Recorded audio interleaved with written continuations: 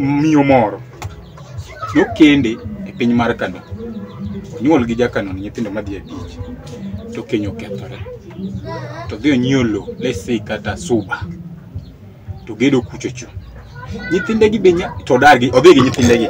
Nyithindegi be gedo e lo mano nyiewo ni koro nyithindogi ogero simba dalani. Chien kiyanyo siefna kere pod duogo na chien. Mama ni kotho kata be no nyiewo lo kucha to chuore pod nitie dala pod nitie. Ka nyithindo gi nyithindo mabeyo madwan kwandgi odongre. Gidwoko wachni mama otho. Gibiro wuoyo kod wegegi. Babo, wasedak woko. To ka irembo ke muno yiki pichwa. Mama otho. Wabet nango kod mama. To losa wach mabe. To idhi kawo nyithindo gi gitingo min to nyalo duogo biro yiko kama ne min go kungo tedeni. Lo chata ka ne gisenyo gi lop gi jomo ko nyalo dong kuja jomo ko nyalo duogo koni. Kata lo nyalo bedo kuchi nyalo kodesa kati nyalo gipure masa ni piny kubor. Ipure apura ni lop chiemo. Yawo moko be nyalo dhi mchiengede dong kuro ke lo maduong'. Masi chikwange kada nogere ke chuo ko sema nogere kod kanisa.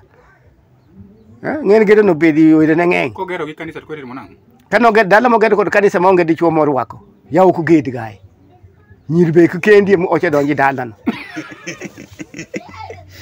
Yesu ro. Kanyipake mana Nyasaye. Kanyipake na Nyasaye. Onge msemti. Cheneni mama no kaka koro situation makelo ni ngani miyo ni onyiwo lo Suba.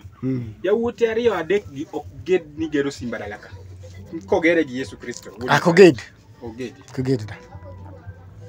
Ko ged. Gin gini ndo mai jikon. Ko ged. Gindo ni jikon. Tika gini yawo madongo to gini yawo mariek.